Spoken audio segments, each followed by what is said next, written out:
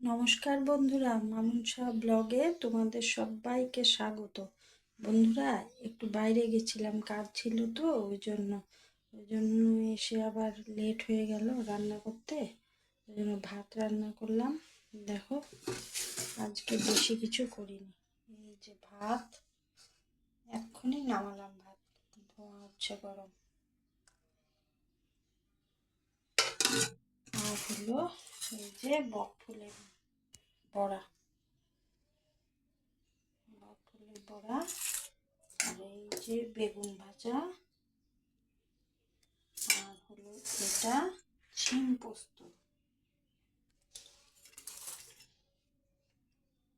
শিম পোস্ত, গোটা গোটা শিম পোস্ত খেতে তোমাদের কার কার ভালো লাগে কমেন্ট করে জানিও।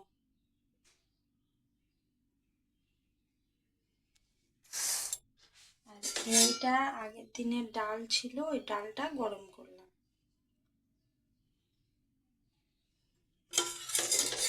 আজকে তো আর কিছু রান্না করলাম না, তো যা রান্না করলাম তাই তোমাদের সাথে শেয়ার করলাম। বাই, তাহলে বন্ধুরা, আবার দেখা হবে অন্য কোনো ব্লগে। তোমরা সুস্থ থাকো, ভালো থাকো, আর আমার চ্যানেলটির পাশে থেকো।